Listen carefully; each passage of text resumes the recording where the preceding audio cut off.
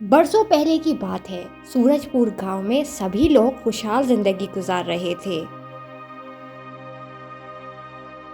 लेकिन कुछ साल पहले इसी गांव का बंटवारा हुआ था। बंटवारे की वजह राजू के पिताजी की मौत थी। राजू के पिताजी असल में एक दुर्घटना में मारे गए, लेकिन ये बात आग की तरह पूरे गांव की खुशियों को खा गई और आखिरकार गांव का बंटवारा हो गया। गांव वाले दरिया के आर पार तो रहते थे, लेकिन इसी दरिया को आज भी पूरा गांव इस्तेमाल करता था। अक्सर गांव वालों के बीच इसी दरिया की वजह से लड़ाई होती रहती थी।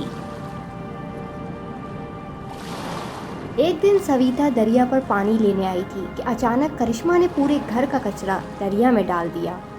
अरे ये क्या कर रही हो? तुम्हें देख नहीं रहा कि मैं पानी ले रही हूँ? ये दरिया रोज के कामों की जरूरत है। तुम रोज इसमें कचरा डाल देती हो। अपने काम से काम रखो तुम सविता। ये तुम्हारे अकेले का दरिया नहीं है। मैं जो चाहूँ करूँ। तुमसे तो बात करना ही बेकार है। ये काम सिर्फ करिश्मा ही नहीं बल्कि गांव के बहुत सारे लोग एक दूसरे को तंग करने के लिए करते थे, जिसकी वजह से दरिया आहिस्ता आहिस्ता खराब होने लगा था।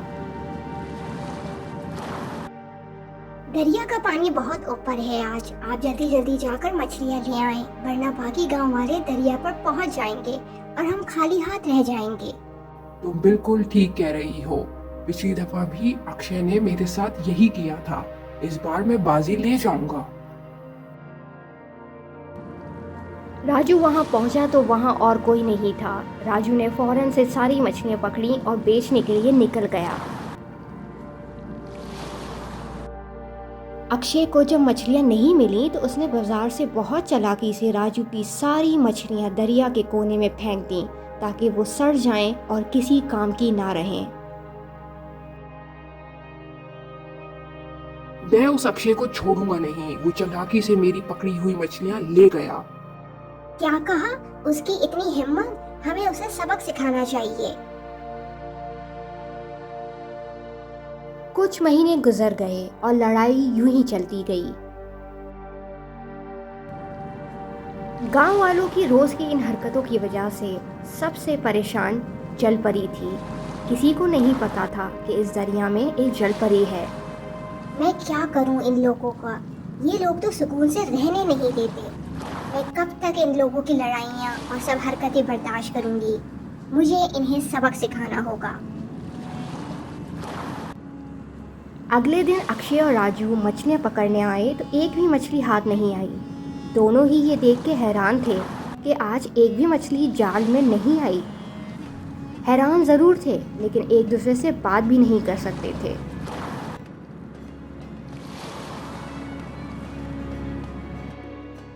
बहुत दिन गुजर गए हैं सविता।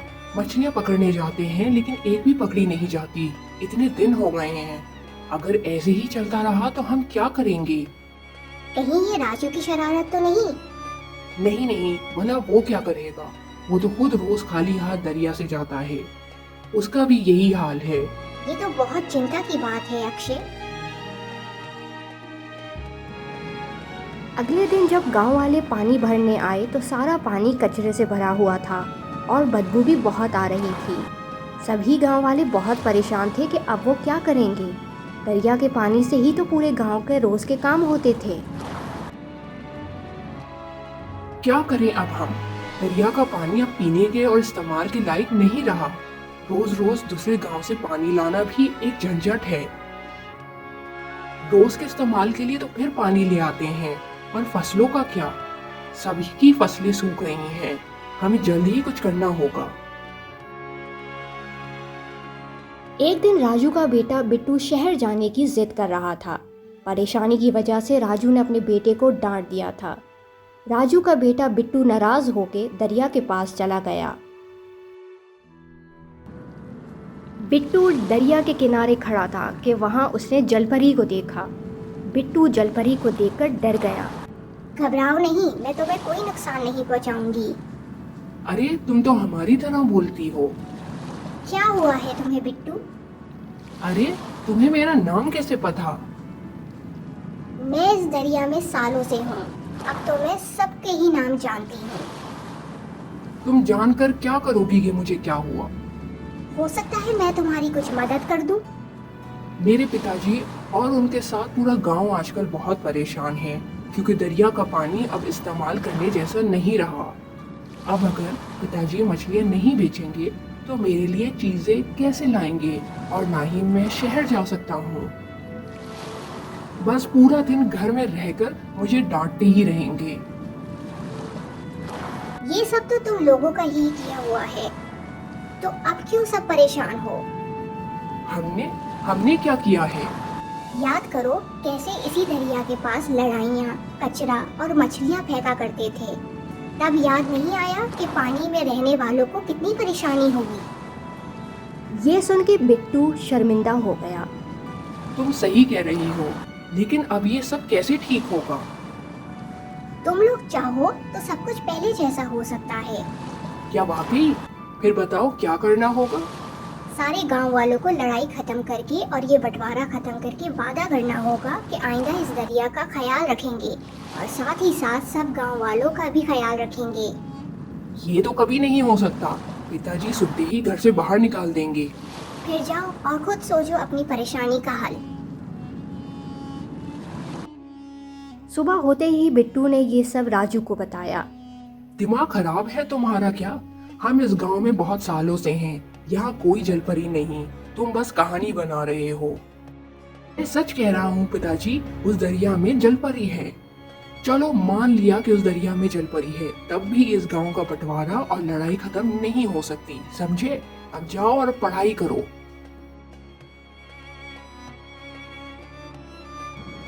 कुछ दिन गुजर गए। दरिया का पानी और बदबूदार होता गया।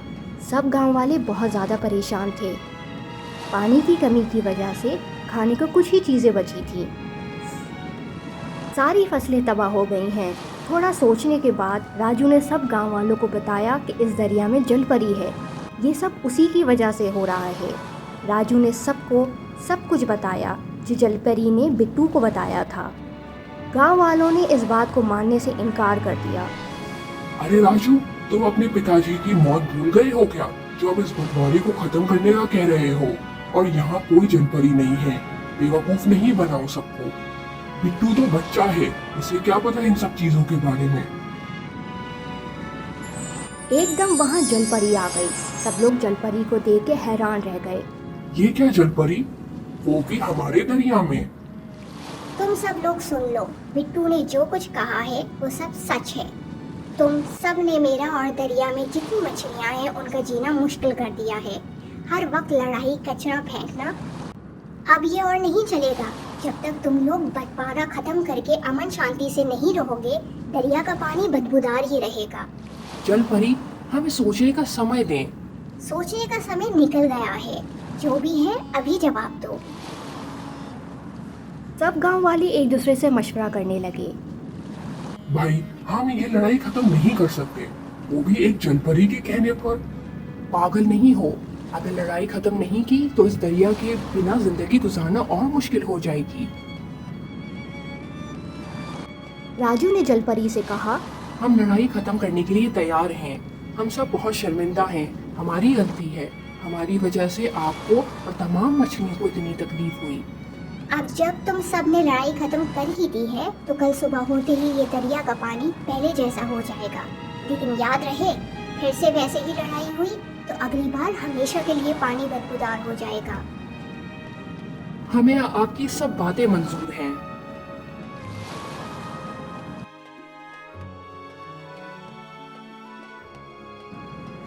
अगली सुबह होते ही दरिया का पानी फिर से साफ हो गया था। सभी लोग बहुत खुश थे। लोग अपने घर पानी लेकर जाने लगे और जिंदगी फिर से खुशहाल हो गई।